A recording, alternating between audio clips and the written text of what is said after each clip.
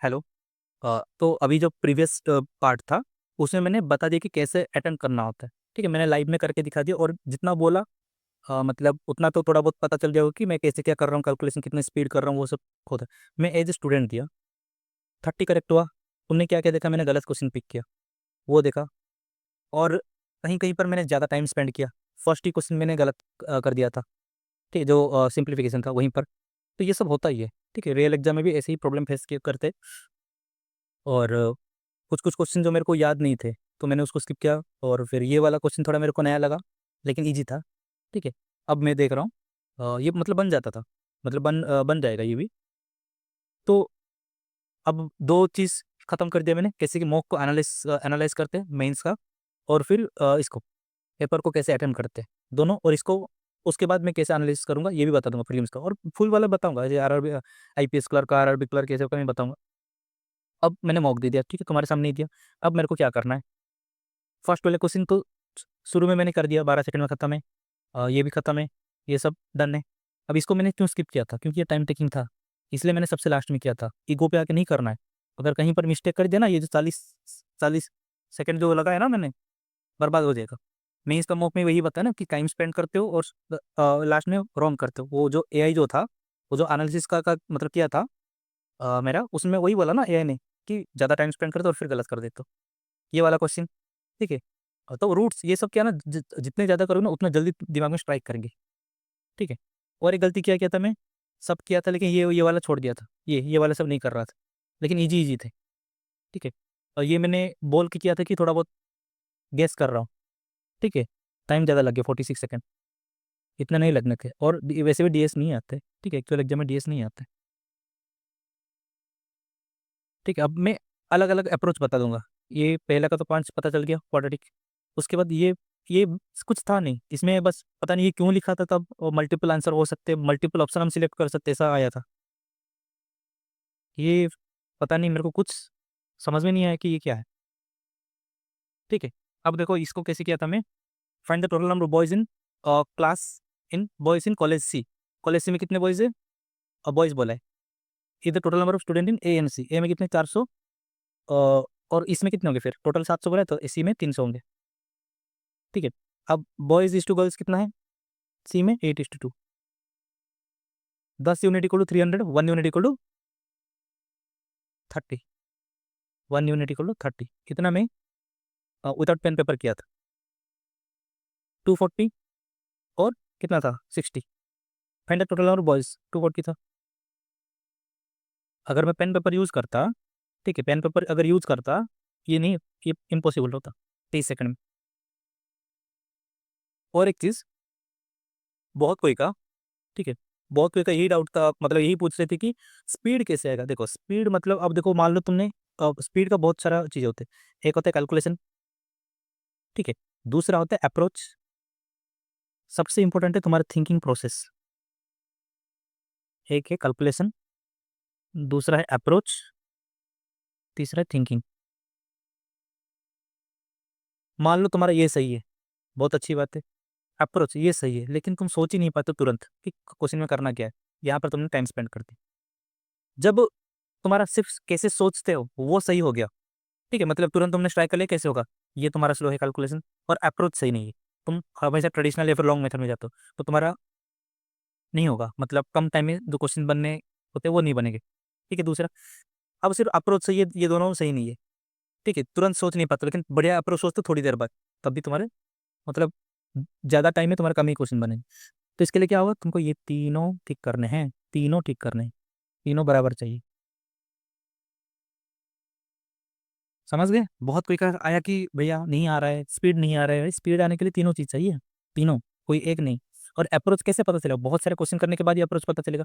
और थिंकिंग कैसे पता चलेगा, वो भी वही, बहुत सारे क्वेश्चन करने के बाद। कॉल आ गया था, पता नहीं मैं कहाँ छोड़ के गया था। ठीक है, तो तीनों चीज़ चाहिए, कैलकुलेशन, अप्रोच और थिंकिंग स्पीड। और ये सब कैसे आएगा, और बहुत सारे क्वेश्चन करने के बाद, बहुत सारे मॉक करने के बाद, और अच्छे से एनालिसिस करने के बाद। डाउट पूछना है, ठीक है। तुम्हें मन में अगर डाउट होगा तो कभी वो होगा ही नहीं, स्पीड नहीं है, अगर तुम सोच ही नहीं पाओगे कि ये क्वेश्चन कैसे करना है तुरंत, ठीक है। हाँ, इतने इतने मतलब बहुत सारे बच्चे बहुत अच्छे अच्छे मतलब अच्छे होते हैं वो सब्जेक्ट में, पर्टिकुलर सब्जेक्ट में, लेकिन एग्जाम में जाकर ब्लंडर मतलब करके आ जाते हैं। ठीक है, अब उसका तो वो कुछ सॉल्यूशन नहीं है ना, कि अगर बहुत अच्छे हो, घर में अच्छे पढ़ते, एग्जाम में ब्लंडर कर दी, तो हम उसका क्या है, बस अच्छे से क्वेश्चन पढ़ो, आराम से पढ़ो, दिमाग को शांत रखो, तभी होगा ना। जितना कूल रहोगे वही होगा। और find the number of boys in college A if ratio between girls and boys. यहाँ देखो, मैंने एसबीआई जो क्लर्क एग्जाम था मेरा, वहाँ पर 31 अटेम्प्ट था क्वांट में, ठीक है, मेंस में। हमेशा हमेशा मैं जब भी मॉक में करता हूँ, हमेशा अगर बॉयज़ और गर्ल्स का कुछ भी डाटा देता हूँ, हमेशा मैं बॉयज़ इज टू गर्ल्स से लिखता हूँ, boys is to girls. Exam में गर्ल्स इज टू बॉयज़ था, वहाँ पर भी मैंने बॉयज़ इज टू गर्ल्स लिख लिया, जिसकी वजह से मैंने डीआई कंप्लीट नहीं कर पाया, टाइम खत्म हो गया। ठीक है, वरना वो डीआई का भी कुछ कुछ मतलब हुआ, ऐसा नहीं कि कुछ भी नहीं किया, वो डीआई का बहुत सारे क्वेश्चन अटेम्प्ट किए, लेकिन एक दो क्वेश्चन जो रह गए इसी की वजह से, इसी गलती की वजह से, और कैच ही नहीं कर पा रहे थे कि क्या गलती कर रहा हूँ मैं। तो अच्छे से पढ़ो क्वेश्चन को। If the ratio between girls and boys, अब क्या है कॉलेज ए में 400 है, क्योंकि यहाँ पर कंफ्यूजन करने के लिए देखो, यहाँ पर बॉयज इज टू गर्ल्स दिया और यहाँ पर गर्ल्स इज टू बॉय बोल दिया। पूछा क्या है boys 400, again 10 unit equal to 400, 1 unit equal to 40। ठीक है, क्या पूछा बॉयज 4 × 4 और 16।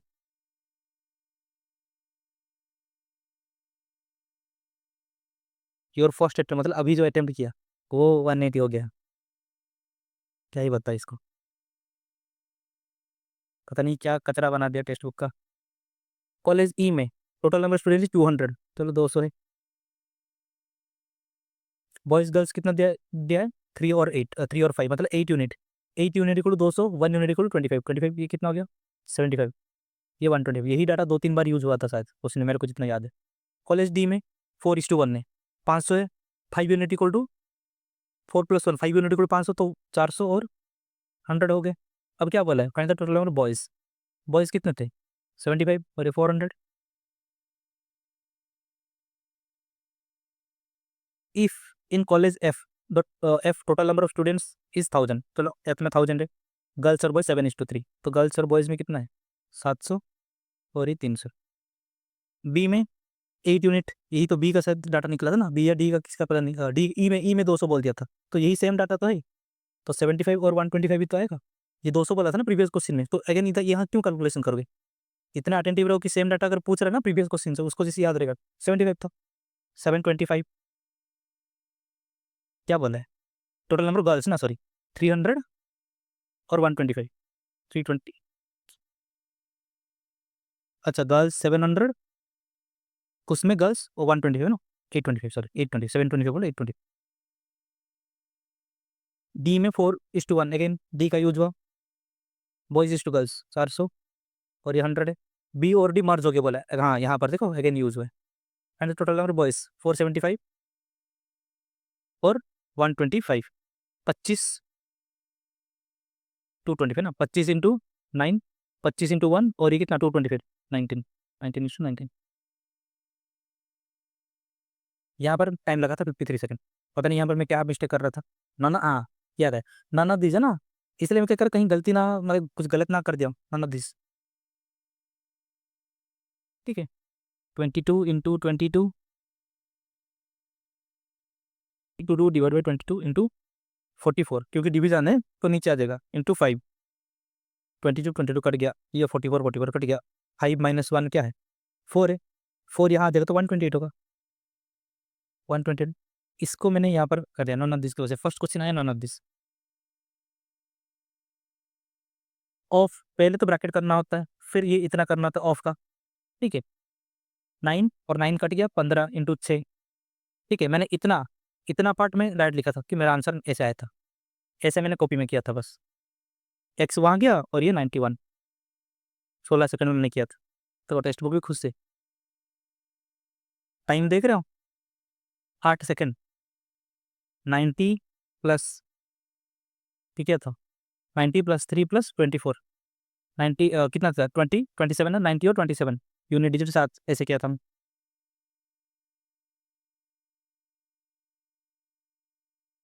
ठीक है, सिंप्लीफिकेशन से खुद ट्राई करना, ये भी कितने सेकंड में 9 सेकंड में। ठीक है, मतलब स्पीड, यहीं पर तुम टाइम बचा सकते हो। ये कैसे किया था मैं, अब तुम्हारे सामने ही तो किया था, ऐसा नहीं कि कुछ चीटिंग वीटिंग कर दिया था। 4 4 और डिवाइड बाई 2 कितना हो गया 2, 70 ये कितना हो गया 12, 3, 73। अरे यार मैं क्या कर रहा हूँ। नेक्स्ट, यहाँ पर थोड़ा टाइम टेकिंग था, ठीक है, मेरा हैंड राइटिंग की वजह से।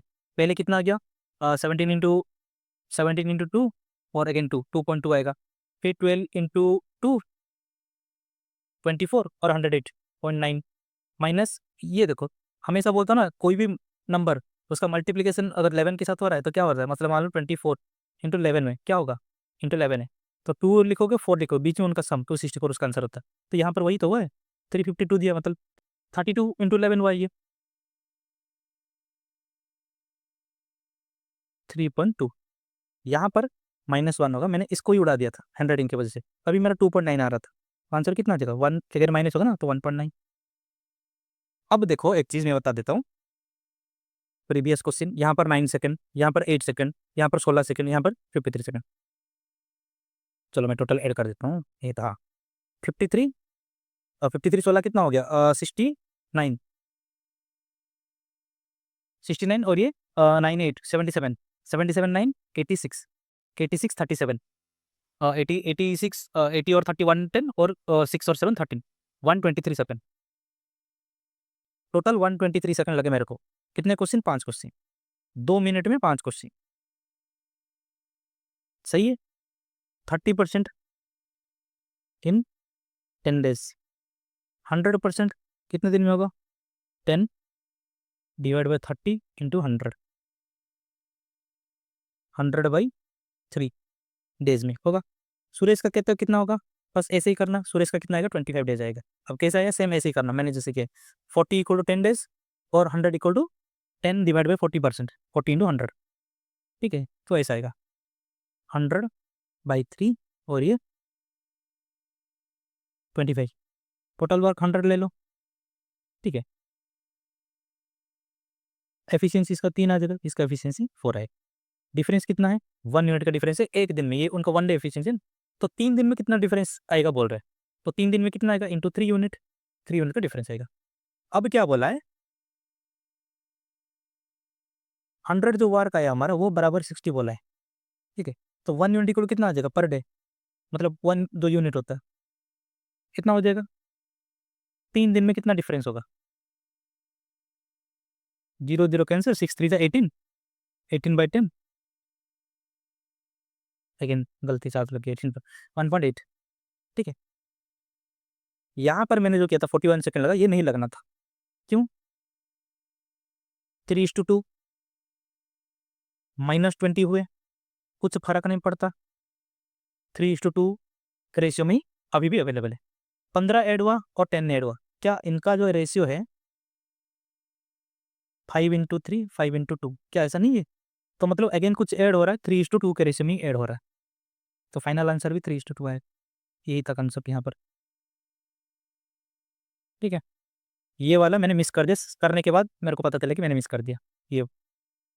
अब इसका अप्रोच मैंने क्या किया था 30 में है, ठीक है, इसका ऐसे भी हो सकता है, रेशियो में भी हो सकता है, -20 करने के बाद, -20 करने के बाद यही रेशियो रहेगा, फिर 15 और 15 और 10 ऐड हुआ, अच्छा नहीं, इसको फाइनल वैल्यू निकालने के लिए बोला, फाइनल वैल्यू का रेशियो, बस जैसे डाटा निकाल के करते ना, वही मैंने जो लॉन्ग मेथड कर दिया। 5 यूनिट, 5 यूनिट इक्वल टू 30, ठीक है, 1 यूनिट इक्वल टू 6, तो 6 इंटू 3 18, 6 इंटू 2 12, ये था इनिशियल उनका।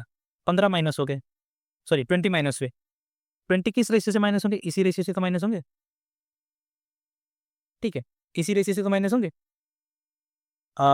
तो 1 यूनिट इक्वल टू 4 आ गया, 4 इंटू 3 12, 4 इंटू 2 8, इतना माइनस होंगे, 18 से 12 जाएगा 6, 12 से 8 जाएगा 4, अभी इतना, इसमें 15 ऐड हुआ और इसमें 10 ऐड हुआ, 21:14, 7 इंटू 3 7 इंटू 2, ठीक है, यही उसका, ये मैंने किया था अलग दूसरा अप्रोच, मतलब इसके बाद भी 30 थे, 20 निकल के अभी 10 बचा है, ठीक है, अभी 10 बचा है, जो 10 बचा है अभी वो भी तो 3:2 रेशियो में होगा, मैंने और भी गंदा कर दिया था, ऐसे भी होगा, तो कितना होगा ये 5 यूनिट इक्वल टू 10, तो 3 यूनिट इक्वल टू 6 और ये 4, यही तो आया था हमारा किससे पहले, 15 ऐड हुए 10 ऐड हुए 21:14, तो हमने क्या क्या सीखा इसमें, ये एक सिंगल क्वेश्चन है। सबसे पहले यूनिवर्सल लॉ ऑफ रेशियो, 3:2 में 4:1 ऐड किए, तुम इसको ऐड नहीं कर सकते, ठीक है। 3:2 में 3:2 ऐड कर रहे हो, ऐड करने के बाद तुम्हारा रेशियो यही आएंगे, ठीक है। ये यूनिवर्सल लॉ ऑफ रेशियो था। अगर ये 6 और 4 है, अभी भी आंसर वही आएगा, क्योंकि दोनों सेम ही है। 3:2 को ही इंटू 2 टोटल में, यहाँ पर इंटू 2 या फिर टोटल इंटू 3, एक 1.5 लाख के 15 लाख, 7 करोड़, कुछ भी कर लो, यही आएगा। ये रेशियो का लॉ है।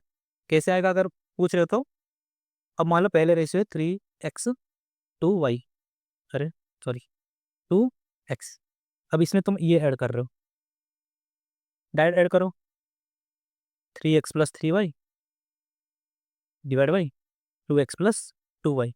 अब ये मिल्क था, अब वो ये वाटर था सपोज। अब अल्कोहल दिया, मत बोलना कि अल्कोहल, मैं कंसेप्ट समझा रहा हूँ।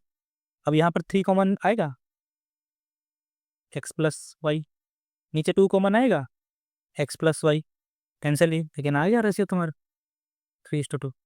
यही था बैकग्राउंड कंसेप्ट। दूसरा मेथड क्या सीखे, 30 को तोड़े, फिर अगेन 20 को अगेन तोड़े, जो कि गलत अप्रोच था एनालिसिस में। यही करना होता है कि तुमने क्या गलती किया था। अब मैंने जब खत्म किया आंसर इसका, तब रियलाइज किया कि मैंने गलत अप्रोच लिया। अभी तुमको एक्सप्लेनेशन करने के बाद तुरंत अप्रोच आएगी। 30 तो पहले था, 20 तो उसी रेशियो में निकलेगा, तो डायरेक्ट हटा दो ना, 10 जो बच्चा है वही तो 3:2 रेशियो में होगा। एक स्टेप तो कम हुआ। नेक्स्ट क्वेश्चन, 676 उसका एरिया स्क्वायर का, मतलब साइड 26 है। Length of rectangle is found by the same wire. अब ये देखो यहाँ पर डाटा दिया, from a wire of certain length. अब जो स्क्वायर है ये बनाए, एक वायर देके बनाए, ठीक है। ये 26 साइड 26 26 26, तो टोटल 104 हो गया। A rectangle is form from the same wire, ठीक है, 104 उसका भी है। इसका वैल्यू क्या होता है, 5/9। ये लेस बोला है, तो मतलब लेंथ 9 है और ब्रेथ 4 है। ये लेंथ है, ब्रेथ, ये 5 लेस बोला है, 5/9 नहीं। ये देखो, तो ये कितना होता है, 13 यूनिट। 13 यूनिट क्या है, ये टोटल सम में 1 यूनिट इक्वल टू 8। ये 72 लेंथ है, ये 32 लेंथ। ये कितना है, चलो गायब हो जाएगा, एक सेकंड।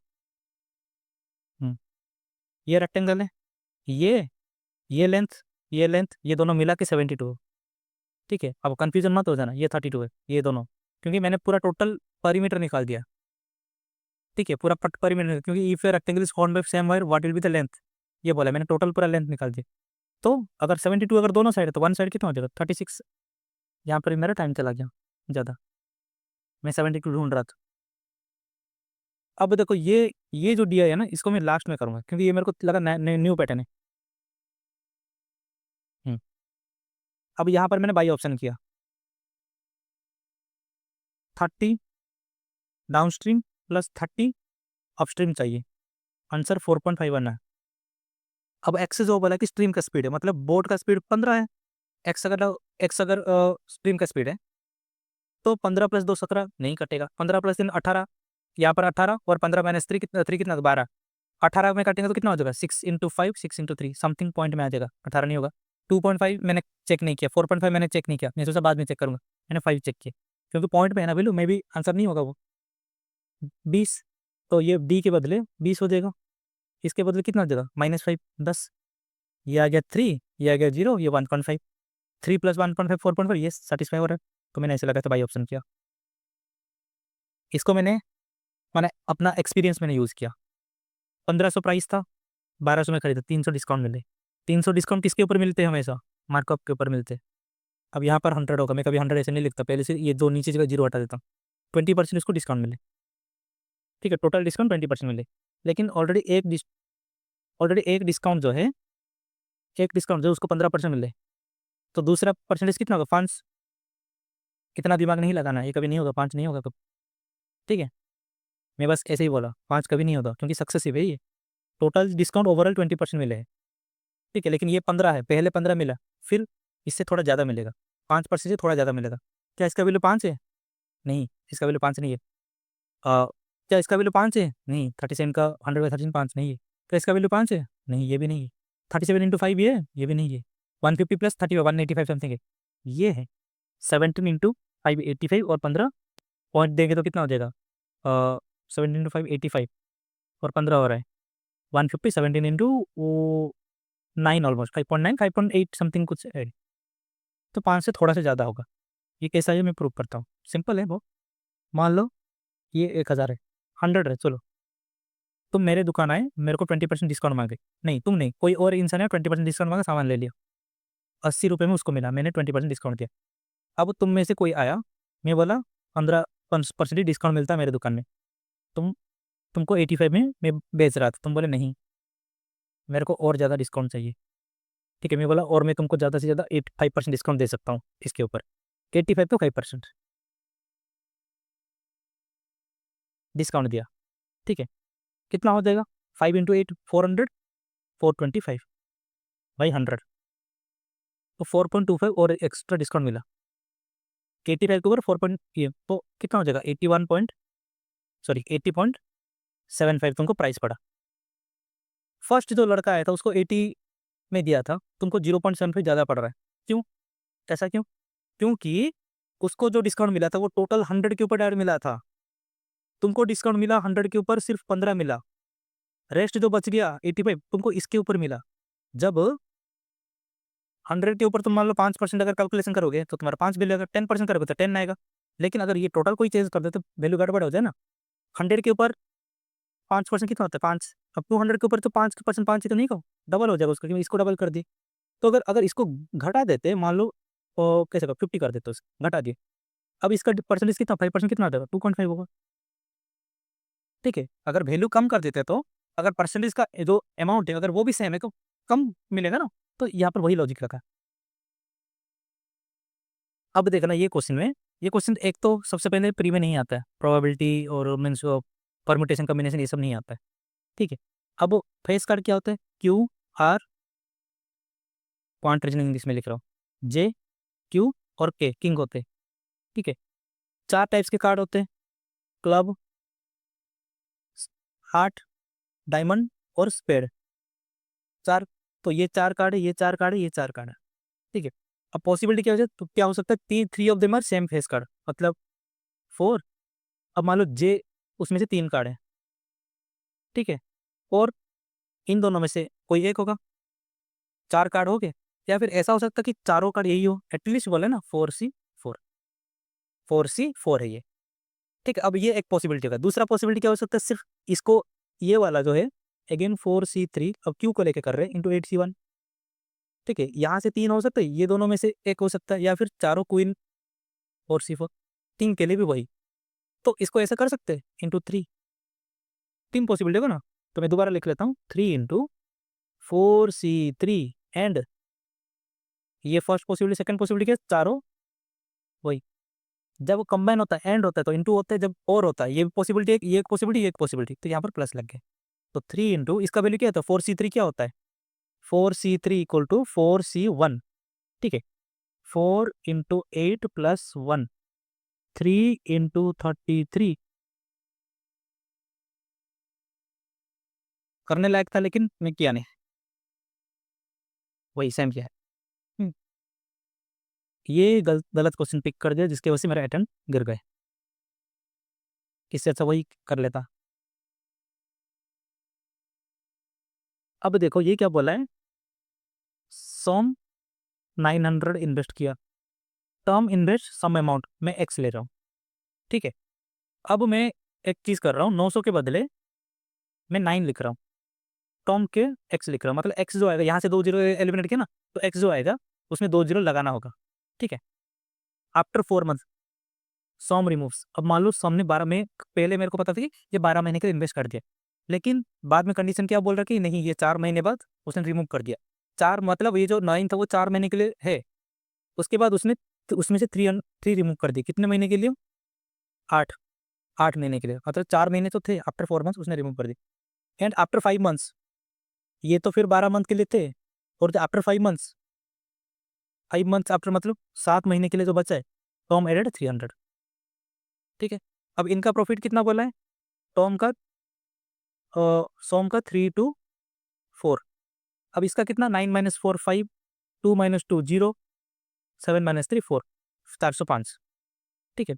अब इसको कैलकुलेशन करो, 12 इंटू 9 108, ये 24, 108 से 24 जाएंगे तो कितना होगा 84, 12x प्लस 21 इक्वल टू 324 और 405 84 ये 84 2x 2x ही था ना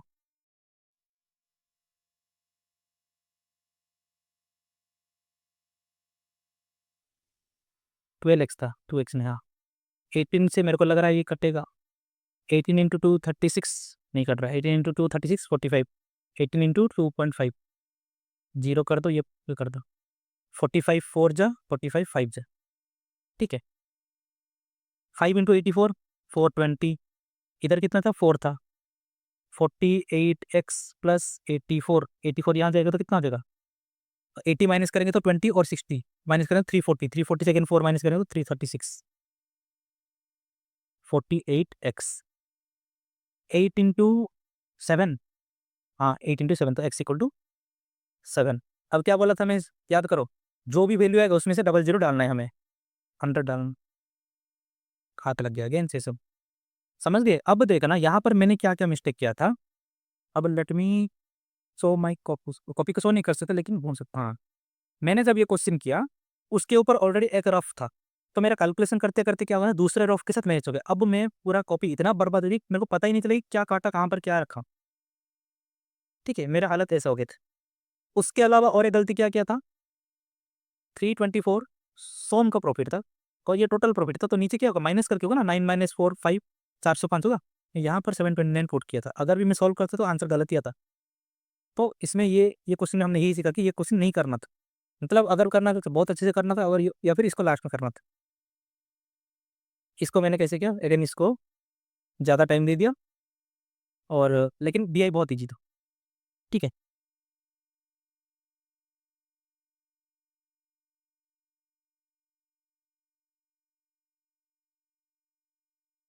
CP SP MP leather ordinary OG mark cost price क्या बोले 300A 400A 500A MP क्या बोला 20% ज़्यादा मतलब 360A 40% 140 560A 60% मारो 160 to 5 800A ठीक है 800A ये 360A ये 560A डिस्काउंट कितना दिया है 15% मतलब ये मैंने ऐसे ही छोड़ दिया था 300A 300 सॉरी 360A इंटू 85 ऐसे छोड़ दिया था ठीक है इसको अच्छे से कर लेते हैं तो बेटर होता डिस्काउंट कितना मिला है 360 इंटू 15 मिला है डिस्काउंट ठीक है इसको कैसे कर सकते हैं 180 इंटू 30 18 इंटू 3 54 तो अगर 54 है तो ये कितना हो जाएगा 54 डिस्काउंट मिला है तो 306A 54 डिस्काउंट मिला है ना तो SP इतना हो जाएगा फिर उसमें कितना मिला है डिस्काउंट नेक्स्ट में डिस्काउंट 20% मतलब 80% में दिया है 56 इंटू 20% कितना हो जाएगा 55 60 का 112 112 मतलब 100 माइनस करो 460 12 माइनस करो 448 उसके बाद बोलो 30% डिस्काउंट तो 70 ये 560 ये कैलकुलेशन ही था ठीक है अब इसका मैं एक फ़ोटो ले लेता हूँ वरना अगर ये कट गया फिर खेल खत्म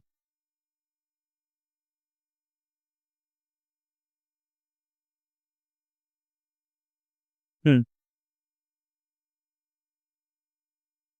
if a person buys 3 leather jacket if a person buy 3 leather jacket 2 ordinary jacket then profit earned leather jacket का मैं लिख लेता हूँ लेदर जैकेट का कॉस्ट प्राइस 300 है 6 है तो प्रॉफिट कितना है 6A उसका प्रॉफिट है 2 ऑर्डिनरी जैकेट ऑर्डिनरी कौन सा बीच वाला था 2 ऑर्डिनरी जैकेट तो प्रॉफिट कितना है 48A कितना ये इंटू 3 ये इंटू 2 एक एक में 48 मतलब प्रॉफिट तो उतना होगा 18 और ये 96 18 और 96 ऐड करने पर कितना होगा 114 ठीक है 114A इसका वैल्यू कितना बोला है 456 ठीक है 456 456 दिख रहा है ये 4 गुना है तो A इक्वल टू 4 आ गया A इक्वल टू 4 अब क्या बोला है find the cost price of the find the cost price of the original jacket original jacket कौन सा है ये है ओरिजिनल लास्ट का ये है 500 है A इक्वल टू 4 2000 ठीक है अब मैंने डाटा निकाल दिया ठीक है अच्छे से इसका स्क्रीनशॉट ले लेना। अगेन मैं अच्छे से लिख लेता हूँ एक बार, लेदर, ठीक है, स्क्रीनशॉट लेना, खुद ट्राई करना। Ordinary OG 300A, 400A, 500A, जगह नहीं होगा, 306A, 448A, 560A। ये CP हो गया, ये SP हो गया। MP में यहाँ लिख लेता हूँ 360A फर्स्ट का, फिर सेकंड का कितना है 560A, थर्ड का कितना है 800 के। ठीक है, पेपर में लिखना और बाकी सारे क्वेश्चन करना। इफ द डिफरेंस बिटवीन, और एक क्वेश्चन में कर लेते, if the difference between mark price of leather, mark price कितना था 360 मार्क प्राइस है, and ordinary jacket is 400 mark price, ordinary ये है, ये कितना प्राइस है, ये 560 है ना, तो 200 ज़्यादा है, सॉरी डिफरेंस 200 है, ये वैल्यू 400 दिया है, A equal to 2। Then find the mark price of original jacket, 800 into 2 1600, बाकी सब खुद करना। अब इसका क्या बताएं नंबर सीरीज का, तुम्हारे सामने किया तो यहाँ पर बहुत ज़्यादा टाइम ले लिया, मैं पता नहीं बाई 2 ये सब कर रहा हूँ, ठीक है, बाई टू होगा, वही होगा, लेकिन मैं पता नहीं दिमाग काम नहीं कर रहा था, ये बाई 2 है, ये मतलब मैं इधर इधर से भी जा सकता था इंटू टू करके, लेकिन वही ना नंबर सीरीज, इसलिए रॉन्ग नंबर सीरीज मैं हमेशा लास्ट में करता हूँ, बाई टू। ये क्या था 10 2 into 5 into 10 into 15 into 20, number series हाँ मैं तो हमेशा कभी नहीं करता, इसलिए ये खुद करना। अब ये इसका लॉजिक मेरे को स्ट्राइक नहीं किया, 52 सेकंड दिया और लॉजिक स्ट्राइक नहीं किया, ये टाइम वेस्ट हुआ एक। ठीक है, एग्जाम में भी वही होता है, एक ऐसा गंदा नंबर सीरीज देता है और जो कि नहीं बनता, टाइम खा जाता है। मैं तो एनालिसिस करते टाइम नंबर सीरीज का लॉजिक ही देख लेता हूँ। ठीक है, देखो ये लॉजिक है 9 इंटू 10, 10 इंटू 11 और फिर 3, ये है PO का। कौन करेगा इसको, मैं तो, मेरे को तो जिंदगी में कभी स्ट्राइक नहीं करेगा ये। P 3 साल में क्या हो रहा है, डबल हो रहा है, 2P हो जा रहा है, तो इंटरेस्ट कितना मिला 3 साल में, P इंटरेस्ट मिल रहा है, ये प्रिंसिपल है, ये अमाउंट है, तो इंटरेस्ट कितना है P मिल रहा है, 8 टाइम्स हो गया। ठीक है, अब P था जाके 8 टाइम्स हो गया, 8P हो गया, तो इंटरेस्ट कितना मिला 7P। अगर 3 साल में अगर P मिल रहा है, 7P कितने साल में मिलेगा, ये 7 गुना है तो ये भी 7 गुना, 21 ईयर्स। SI का 21 ईयर्स हमारा आंसर आ गया। अब CI में P था 2P था 3 साल में, ठीक है, अब क्या बोला 8 टाइम्स। अब देखना वहां पर मैंने सिंपल इंटरेस्ट में प्रिंसिपल और इंटरेस्ट को कंपेयर किया था, CI में क्या होता है प्रिंसिपल और अमाउंट को ये रेशियो सेम होता है, तो P था, ये P कितने साल में 8P हो जाएगा, ये कितने गुना है 2 क्यूब होता है, ठीक है, 3 गुना है, तो 3 इंटू 3 9 होगा। ठीक है, वहां पर 21 आंसर आया था, यहाँ पर 9 आएगा, डिफरेंस कितना है 12, इसका आंसर 12 है। ठीक है, ये यही अप्रोच होता है उसका। अब पावर क्यों हो रहा है 2:3 मैंने क्यों किया, सीधी सी लॉजिक है। अब मान लो पहले तुम्हारा 20% तुम्हें इंटरेस्ट मिल रहा है कंपाउंड इंटरेस्ट में, ये है P, ये है A, 2 साल में कितना मिलेगा 25 और 36 ना, यही तो होता है, क्योंकि स्क्वायर किया जाता है, 3 साल में क्यूब होता है, 4 साल में 4 होता है, इसीलिए जो 2P था अमाउंट बाद में 8P हो गया, तो ये कितने टाइम्स ज़्यादा है, 4 टाइम्स मत कर देना, क्यूब 2 का क्यूब है ये होता है, तो 3 गुना जितना साल होता है वो ये होता है। अगर अभी भी ट्राई अगर नहीं किया, बहुत अच्छे से बता दूंगा, 2P 3 साल में अगेन डबल होगा, 4P होगा अगेन 3 साल में, इसका डबल होगा 8P 3 साल में, 3 + 3 + 3 ये हो गया 9। ये DS पता नहीं प्री में क्यों दे रहा। राहुल एज कितना है 25, Rahul age was 25 years at the time of marriage, जब राहुल शादी किया उसका कल्याण हो गया उसका एज 25 था, एवरेज दोनों का 24 था। ठीक है, तो उसकी बीवी बीवी अरे बीवी को बी लिख ले रहा हूँ, वाइफ 23। ठीक है, एवरेज 24 बोला तो टोटल 48 होगा, तो ये 25। अब शादी कब की नहीं पता, बच्चा उनका कब हुआ मेरे को नहीं पता, लेकिन डिफरेंस फर्स्ट स्टेटमेंट इतना ही पता चलो, the difference between present age of Rahul and उनका सन 24 है। अब राहुल का प्रेजेंट एज तो हमको पता नहीं है, मैरिज करते टाइम 25 है, अब कब शादी किया हमको नहीं पता, बच्चा कब किया हमको नहीं पता, उनका पर्सनल मैटर है वो सब, तो इसलिए हम डाटा बता नहीं सकते, इसलिए इसका आंसर क्या होता not sufficient. STU enter into partnership for 1.5 years with an initial investment of S as 20,000. Find the initial investment of U. ठीक है. STU 1.5 ईयर्स के लिए किए. अब इसको मैं 20 हटा देता हूँ. ठीक है, ये 1.5 ईयर्स के लिए क्या है. After every 6 months S increase investment by 5,000. अच्छा, तो ये तो 1.5 रहेगा. आफ्टर एवरी 6 मंथ मतलब 1.5 से कितना होता है, एक साल, और 5.5 मतलब 6 मंथ. तो 6 महीने में बाद मतलब वो 5,000 again 5 into 12 plus again 5 into 6 again 5 into 6 कितना एस का इन्वेस्टमेंट है. 20 जो शुरू में किया था वो तो 3 साल 1.5 ईयर्स के लिए है. अगेन 5 अगेन 6 साल 6 महीने बाद जो लाया वो फर्स्ट 6 महीने के बाद ही तो कैलकुलेशन को 12 सॉरी क्या बोल रहे हैं, क्या बोल रहे हैं, 5. ठीक है, 3 जीरो एलिमिनेट किया था ना 2000 में, तो 5,000 में भी 3 जीरो एलिमिनेट होगा, तो 5 इंटू 12. अब 12 महीने के बाद अगेन नेक्स्ट 6 महीने के बाद अगेन किया, तो बाकी सिर्फ 6 महीने बचा, 5 इंटू 6. ठीक है, after half of the total time period of total time मतलब 1.5 से कितना हो गया, 12 साल और 1 ईयर 12 मंथ्स और 6 मंथ 18, तो 9 मंथ के बाद टी एंड यू विड्रॉ. अच्छा, you withdraw 5,000 after half of the total time. You ने पता नहीं कितना इन्वेस्टमेंट किया था. ठीक है, पता नहीं कितने इन्वेस्टमेंट थे, ए मान लो ये 1.5 था और माइनस कर दिया कितना, 5 माइनस कर दिया, कितने कितने के लिए, 9 मंथ्स के लिए. And T U initial in the ratio, T and you initial in the ratio 3.5. क्या है ये, इन्वेस्टमेंट है या क्या है उनका.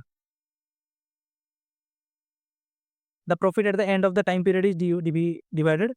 ये क्या है, शायद अगर इन्वेस्टमेंट है तो शायद निकल निकल जाएगा.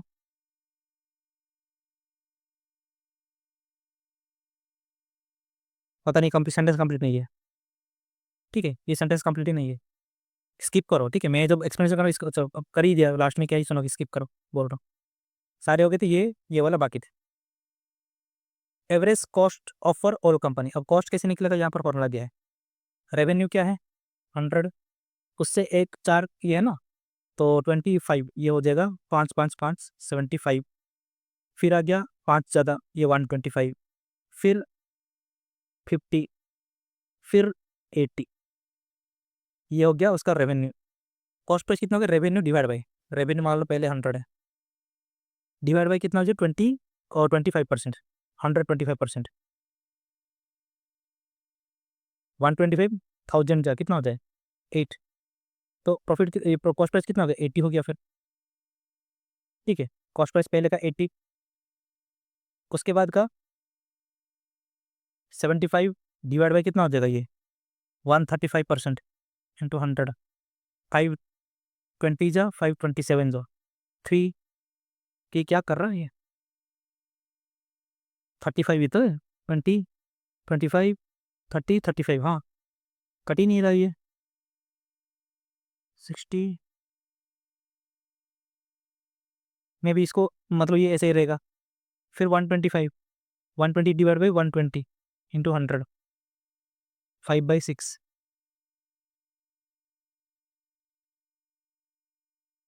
हाँ, बहुत बढ़िया. ये निकालो कॉस्ट प्राइस का ऐसे पॉइंट में, और इसका क्या बोला एवरेज. बहुत बढ़िया क्वेश्चन है ये, मेरे को लगा मैं कुछ गलत कर रहा हूँ. For which company cost to revenue ratio is lowest. निकालो फिर, निकालो ये कॉस्ट टू रेशियो. अब अगर कॉस्ट और रेशियो इसका ये कर रहा हूँ, ये सब वैल्यू देख रहे हो, क्या ही बता है.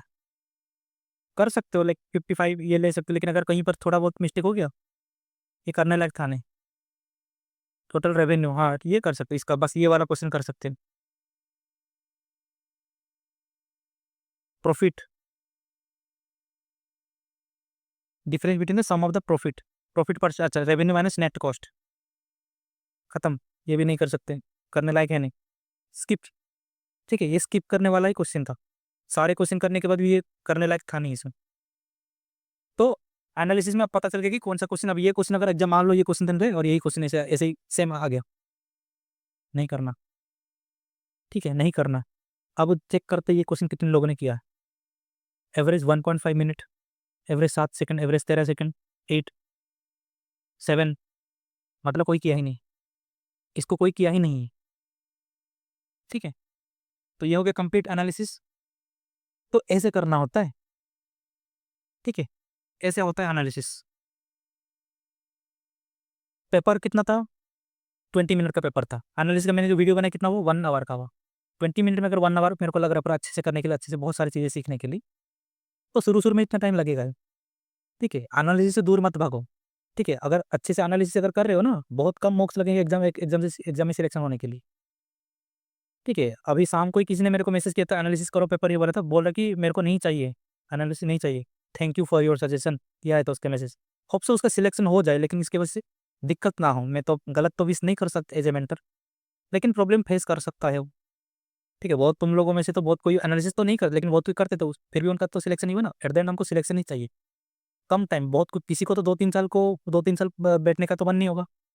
एग्जाम उतने भी गोटेड नहीं है कि तुम करते रहो, जैसे कि बोलते ना, मीम्स आते रहते, एग्जाम सो गोटेड दैट मैं इस साल अगेन दूंगा। मतलब एग्जाम इतना बढ़िया था कि मैं अगेन इस साल दूंगा। मतलब 10th बोर्ड, 12th बोर्ड जब आए थे ना, तब मीम बन रहा था, बढ़िया एग्जाम गया मेरा, इतना मन कर रहा है कि मैं दोबारा दे दूँ, इसका मतलब वो फेल हो गया था। ठीक है, दूर मत भागो एनालिसिस से, पछताओगे बहुत। चलो वीडियो को यहीं रखते हैं।